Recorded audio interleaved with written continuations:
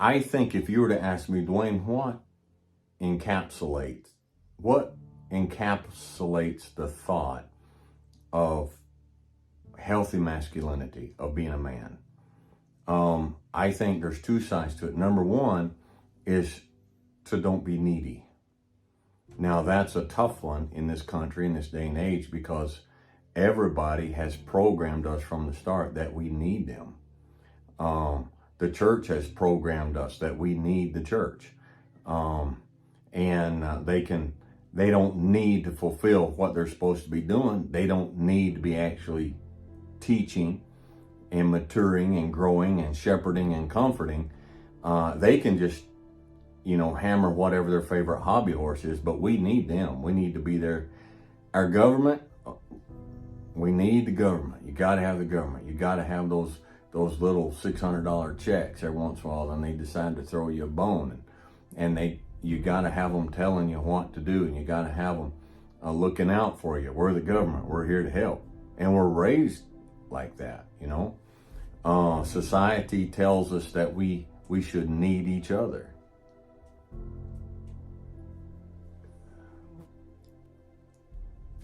And so many people these days, they're in a job that's not fulfilling. It might be worse than that. They may hate it, but they need that job. Why do they need that job? Because they need that paycheck. And why do they need that paycheck? Because they need to make that truck payment that they just needed.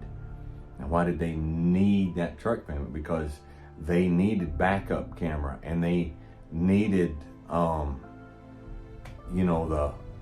the newest bells and whistles, and they just needed all that stuff. And so one need leads to another need, which leads to another need, which leads to another need. And all these are links in the chain that imprison you and bind you. And we need, my wife has said, and I'm not speaking out of turn here, she'll very openly, very publicly, she has said, we've been married for 32 years, and the biggest difficulty that she has had throughout our entire marriage is her sense that I didn't need her. Now I'm going to say something here, and I want you to listen. I don't want you to knee-jerk, okay? I want you to just stop and listen and contemplate and meditate on what I'm saying, okay? I never have needed her. But I've always wanted her. Now let's stop and boil this down. I mean, you're taught by books, you're taught by movies, you're taught by television programs, that I need you, I need you. Well, if I need you, then I'm keeping you there for me. So you are all about me. It's complete selfishness. So if you have developed a relationship to where you emotionally need your spouse, your significant other, that's not healthy. That's not healthy. Because if you need them, then you're staying with them for what you can get out of it. Do you see where this can go? Do you see how deep this can go? All right. But you want to be with them. You want them around. That's a whole nother planet. That's a whole different world. Okay. We need, fellas will go into relationships, and they'll need.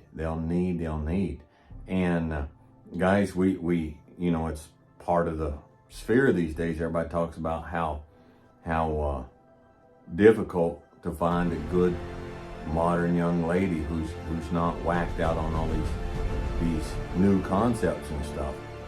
But if we just step back, and I'm not talking about, I'm treading in muddy water here. I'm not talking about all this incel stuff, okay? But there's a big difference in between wanting a good woman and desperately needing any woman.